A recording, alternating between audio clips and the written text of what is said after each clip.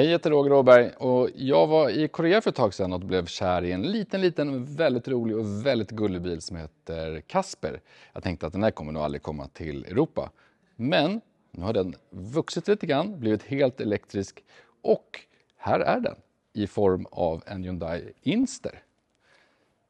Det här är en bil som gör mig lycklig och jag hoppas att den ska göra européer också lite lyckliga så vi får se den här på gatan. För kolla fram, man blir ju glad. Liksom, le. Det här är blinkersen med den här pixelgrejen som Hyundai har kört sedan de släppte Ioniq 5. Det här är en helt elektrisk bil. Den ska komma med 2 batteristorlekar, 42 och 49 kilowattimmar. Och de säger att med det stora batteriet så ska man komma upp till ungefär eller runt 350 kilometer, alltså 35 mil. Det där är inte fastställt ännu så det får vi återkomma till. Men det är ju en citybil som ändå ska komma lite runt stan i alla fall. Och det är faktiskt så att trots att den är väldigt, väldigt rolig på utsidan så är det på insidan som de stora sakerna är. Här framme så har vi som sagt de här uppe som inte är då dagsljusen utan är blinkersen. Och sen har vi de här 2 runda som är från Casper, den har de också.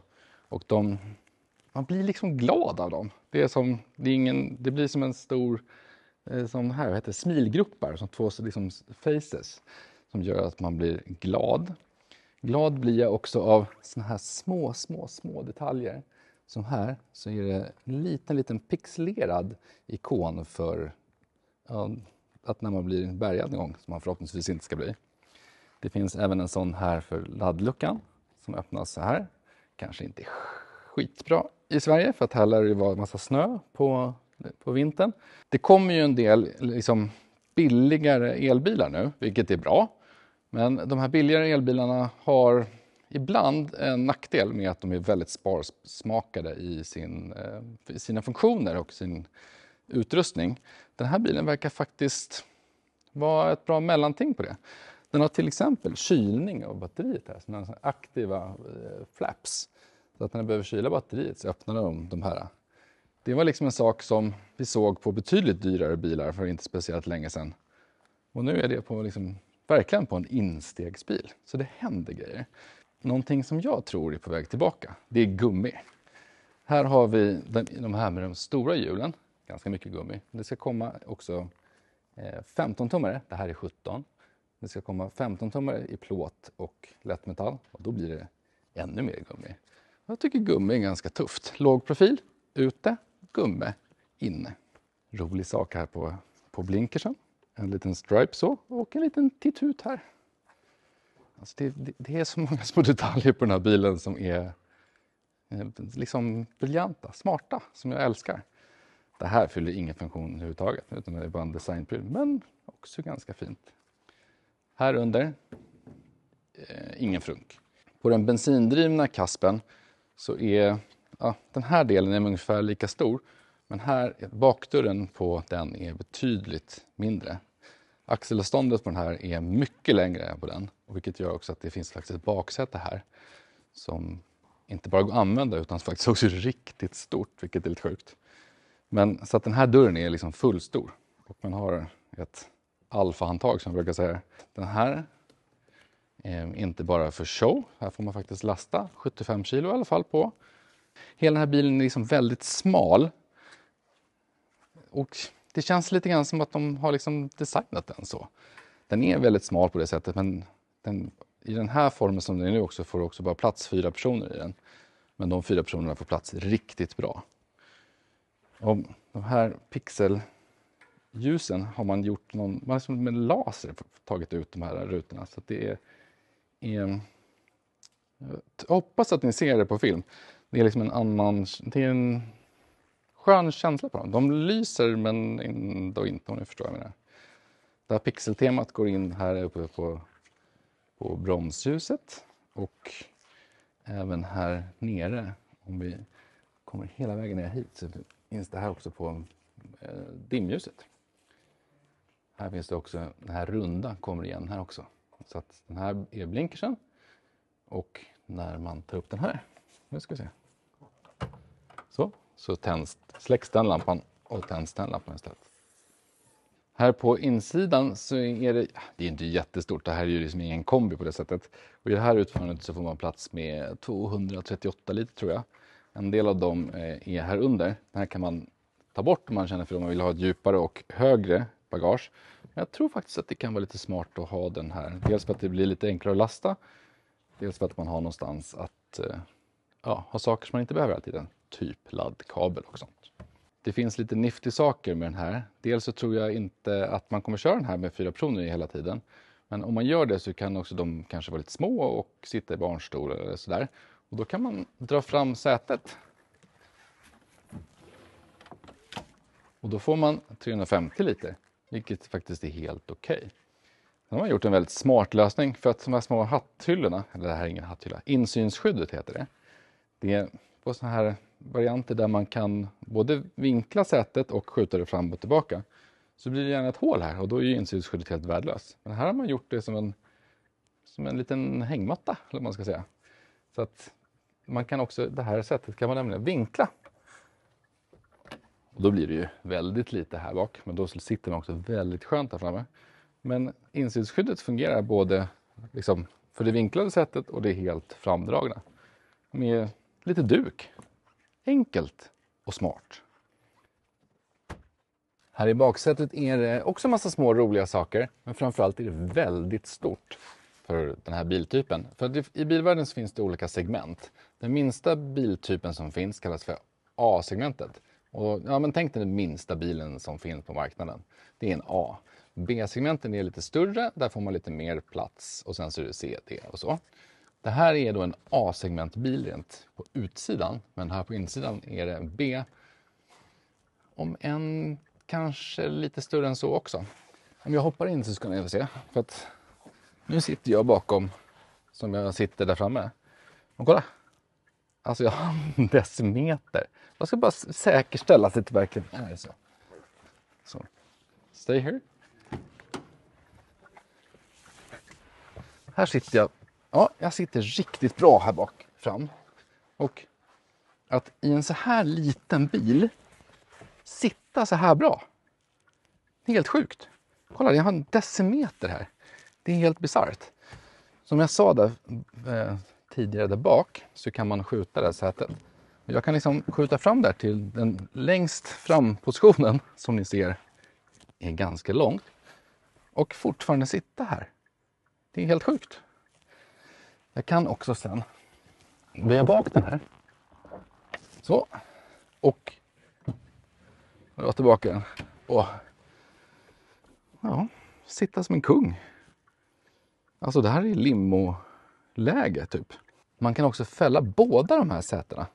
Om man kan fälla båda två och ha in en madrass där om man känner för det. Vi kan börja med att fälla det här. Då ska vi se om jag når den här. Och inte slå in. Så.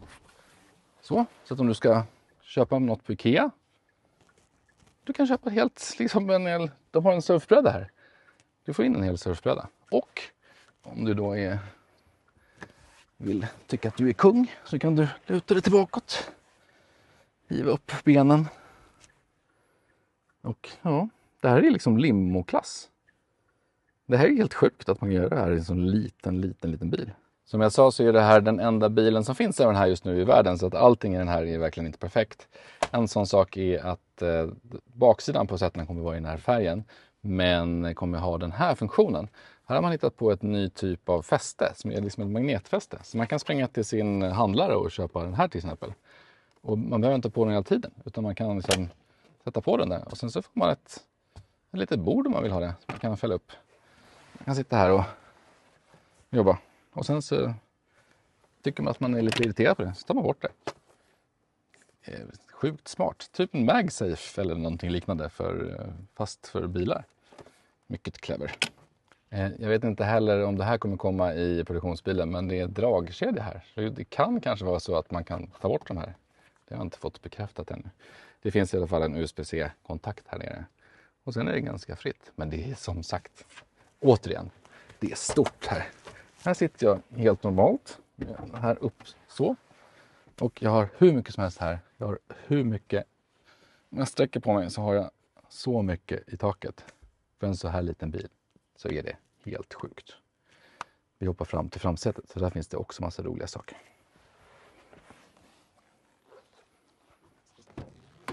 Här i framsätet så är det liksom inte riktigt lika stort. Om jag hoppar in här så sitter jag riktigt bra, men nu börjar man känna att den här bilen är ganska smal. Så att det är inte så att man kan inte manspreada så mycket i bilen, utan man får hålla benen ganska raka helt enkelt. Vilket är helt okej, det kan jag verkligen leva med. Jag ska ändå köra den. Här sitter man också bra, så att det är liksom ingen fara. Tak finns det, jättemycket utrymme, och så finns det en liten sollucka. Det här kommer bli en ganska billig bil. Jag har inget pris ännu, men man siktar på ungefär 25 000 euro för den billigare versionen. Det kommer nog betyda 320-330 kanske för instegsversionen i Sverige. Och kanske 350, 360, 370 för den med lite mer batteri också. Men tricket med den här är att de andra bilarna som kommer inom kort, som är jättebilliga, de har liksom ingenting här inne. Till exempel Citroën EC3 i den billiga versionen, den har ingen skärm, utan den har liksom en mobilhållare. Här får man hela paketet. Jag får en ratt med riktiga knappar på. I mittkonsolen här så är det en herrans massa knappar. Folk vill ju att knapparna ska komma tillbaka. Det här är nog... jag kan inte riktigt bestämma mig om det här är lagom många knappar eller kanske på gränsen till för många knappar. För här har vi liksom den här vanliga setupen med liksom radio, media och mapp eller kartor och nav och sånt. 2 stycken fysiska knappar för volym och för att hoppa här. Eller liksom växla låt. Vi har knappar för hela AC-grejen. Dels fläkten här och dels temperaturen här. Vi har stjärtvärme och det finns 2 knappar här som inte finns. Så att jag hoppas på att det kommer också ventilationssäten som tillval. Och vi har kameror och sånt här. Det är liksom allt man behöver. 2 skärmar, inte någonting som är asspexigt, men återigen för prislappen, lyxigt. Sen så är det lite så här smarta saker här också. Det är ju lite sådana överallt. Dels så finns det en plats för mobilen som man kan hiva in här så man får trådlös laddning. Här har vi en liten hylla. Dels kan man hiva in lite saker här som man vill ha. Men det finns en hylla här också. Och här har man stoppat upp USB, A och C och 12 volt här. Vilket jag tycker är en ganska bra plats för det här faktiskt. Där nere brukar ju de knapparna vara. Här finns det ett 230-uttag. Den här bilen har alltså vehicle to load. Så du kan plugga in vad tusan du vill där. Också någonting som inte brukar finnas i så här små och billiga bilar. Jag hoppas att den kommer att bli billig. Utan mer liksom när du går så här över 500 000, då kan du kanske få sådana. Kanske. Det är fortfarande väldigt många andra bilar som inte har det överhuvudtaget. Men Hyundai har utvecklat det och har det och tänkte vi slänger in det i den här också. Coolt! För då kan man ta med sån här, slänga in surfingbrädan och fälla ner sätena och sova i den här. Vilket är bisarrt i en så här liten bil. Jag har också lite mer fack. Och man har den här jag vet jag kommer att vara ett extra tillbehör. Men det är kanske en av de finaste armstöden som jag har sett på väldigt länge. En rolig sak är att de här, alltså mugghållarna, sitter i sätet. Så att om jag åker tillbaka så följer de igen. Inredningen kommer komma i 2 varianter. Dels den här som är liksom lite beige eller någonting. Och rutig som var lanseringsvarianten. Den kommer också i svart så ni kan vara lugna. Jag tror inte just den här färgen och den här mönstret kommer vara det som säljer i Sverige. Men det är lite kul va? Eller hur? Det här var Hyundai Inster. Som ni märker så tycker jag att det här är en väldigt rolig bil. Och inte rolig på det sättet att man ska skratta åt den utan att den gör att man blir glad. Tricket med den här också verkar ju vara också att den får bra prislapp. Den har ganska goda inutrymmen. Hur ni kör har jag ingen aning om. Men, och den har liksom en ganska trygg bas i och med att det är en Hyundai. De kan ju bevisligen bygga elbilar. Så det här kanske faktiskt kommer fungera även uppe hos oss i norr som inte har en förkärlek för småbilar rent generellt. Jag tror att den kommer att sälja jättebra neråt i södra Europa. Men jag hoppas också faktiskt att den kommer att sälja bra upp hos oss. För det är roligt med roliga bilar.